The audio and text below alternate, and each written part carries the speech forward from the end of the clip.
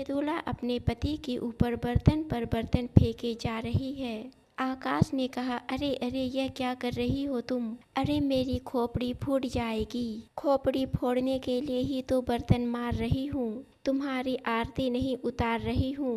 बिना कुछ सोचे समझे मृदुला अपने पति आकाश पर बस बर्तन फेंके जा रही थी। अरे बहू बहू बचा लो, वरना आज तुम्हारा ससुर जिंदा नहीं रहेगा। मृदुला और आकाश आपस में लड़ झगड़ रहे थे।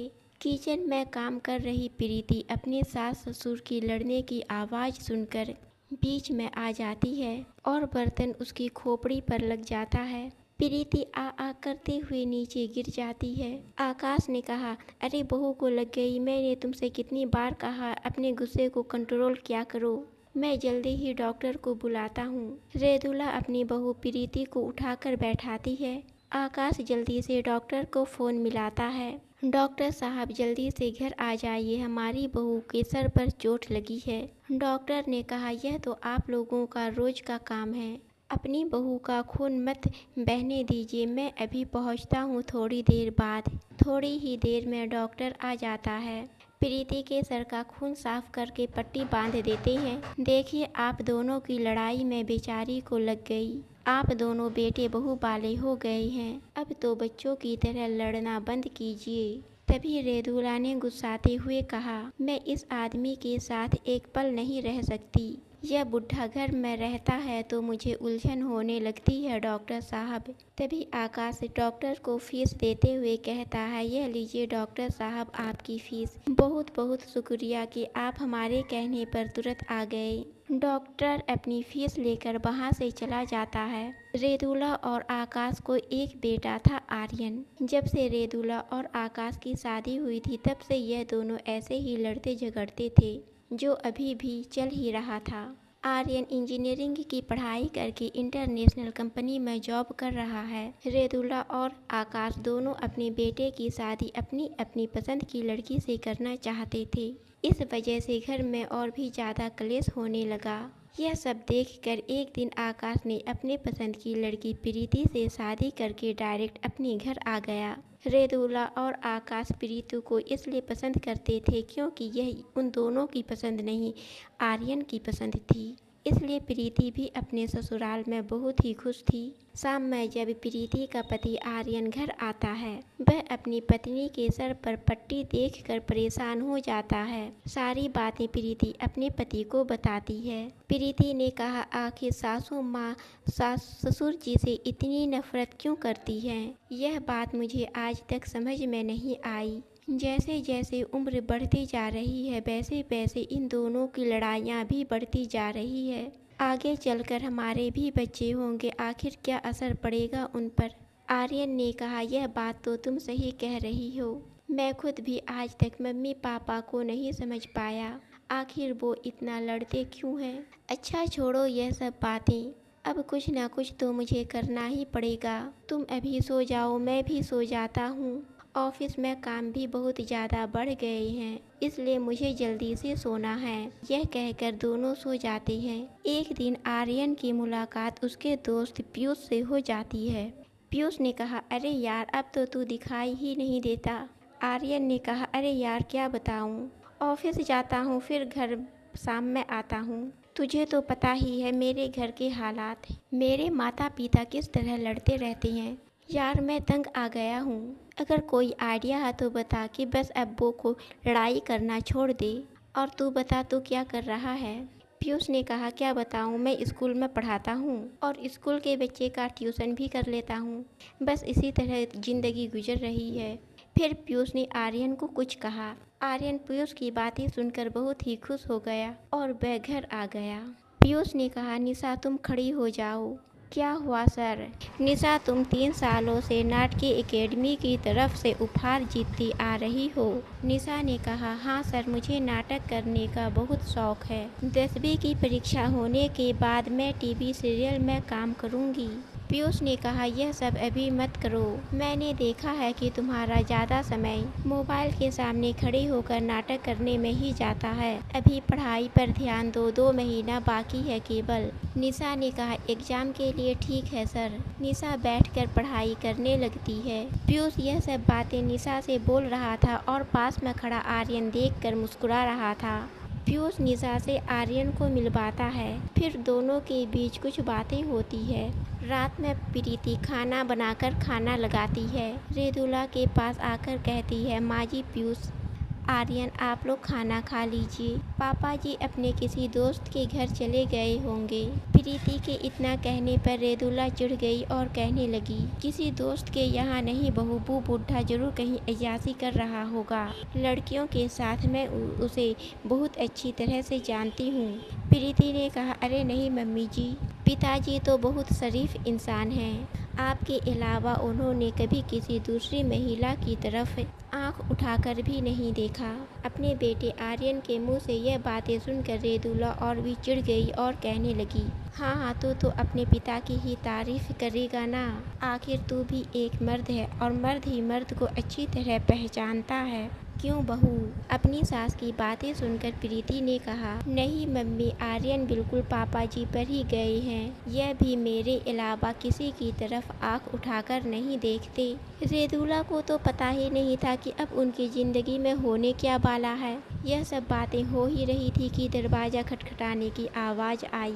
रेदुला ने चिढ़ते हुए कहा, ये लो आ गया तेरा अय्याशी बाप अय्याश करके। आर्यन ने कहा, माँ आप कुछ मत बोलना, मैं बात करता हूँ पिताजी से। आर्यन जैसे ही दरवाज़ा खोलता है, उसकी आंखों पर विश्वास नहीं होता। आकाश को एक लड़की के साथ देखकर आर्यन पूछता है, पिताजी यह कौन है?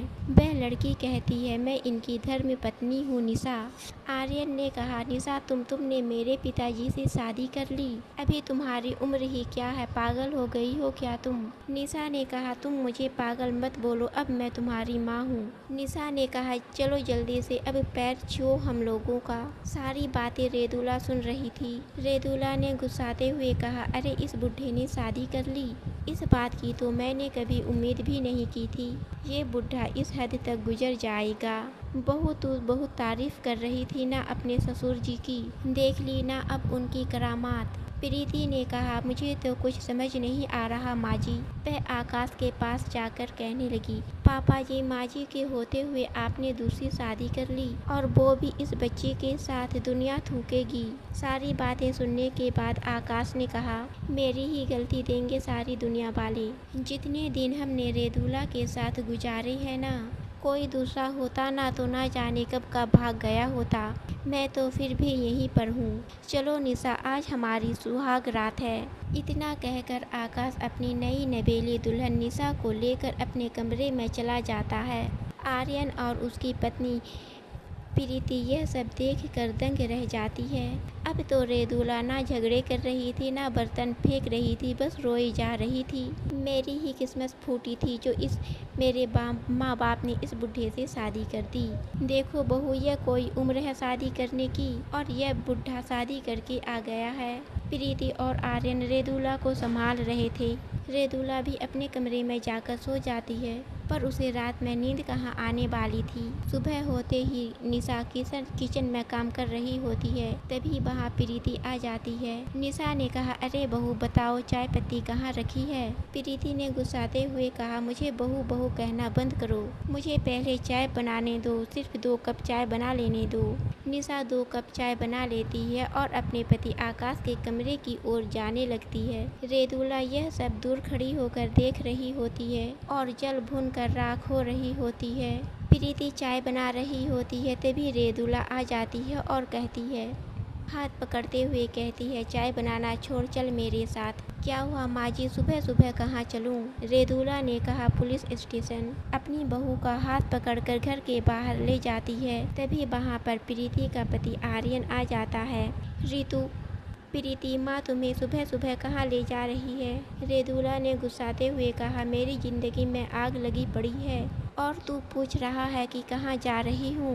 मैं पुलिस स्टेशन जा रही हूँ तेरे बाप के खिलाफ रिपोर्ट दर्ज कराने। एक बीवी के होते हुए एक नाबालिग लड़की को ले आया मेरे घर मेरी सौतन बनाकर। तभी आर्यन ने कहा, ठीक है जाओ पुलिस को बता दो, फिर धीरे धीरे पूरे मोहल्ले में पता चल जाएगा हमारे घर में क्या रायता फैला हुआ है, पूरा गांव हमारा कितना इज्जत करता है। माँ अगर सबको यह बात पता चल गई तो सारे मोहल्ले के लोग थूकेंगे हम पर। रेदुला ने कहा, फिर क्या करूँ मैं। रेदुला ने गुस्साते हुए कहा, अरे फिर क्या करूँ मैं।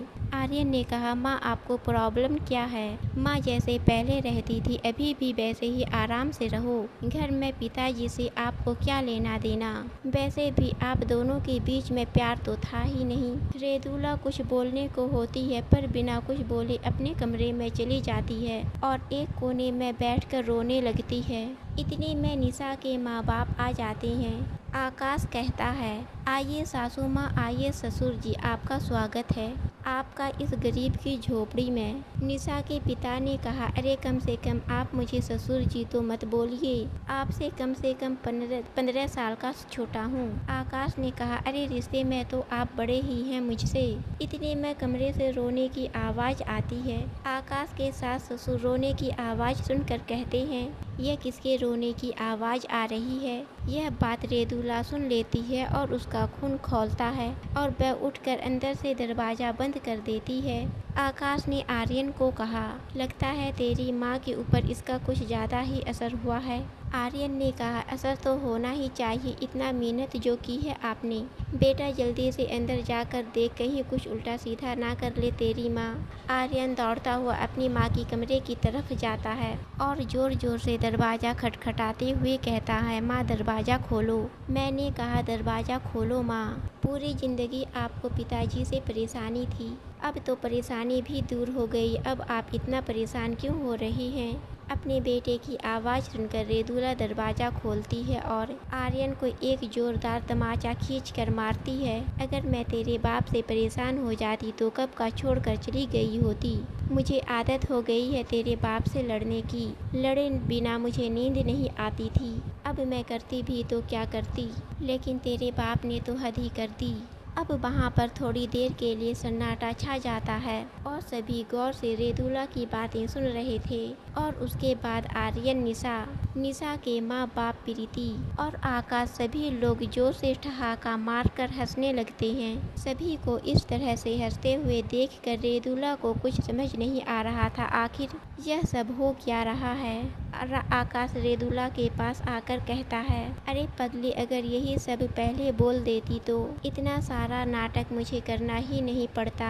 आकाश की बातें सुनकर रेदुला अचंभित हो जाती है और कहती है, कैसा नाटक। आर्यन ने कहा, माँ पिताजी ने कोई दूसरी शादी नहीं की है, यह निशा है, आप जानती हो ना पीयूष को। रेदुला ने कहा, हाँ वो तेरे बचपन का दोस्त, उसके क्लास की स्टूडेंट, बहुत ही अच्छा एक्टिंग करती है। जब मैंने आपकी और पापा की सारी बातें उसे बताई, उसने ही यह आइडिया मुझे दिया था, क्यों ना यह सब नाटक रचा जाए। उसका आइडिया मुझे बहुत ही पसंद आया। उसके बाद मैंने निशा के माता पिता से बातें की, प्रीति से भी बात की, यहाँ तक कि पापा से भी। सभी को यह आइडिया बहुत ही पसंद आया। उसके बाद ही शादी का नाटक हमने रचा। पिताजी तो इस नाटक के लिए राजी भी नहीं थे, पर मैंने ही जिद की।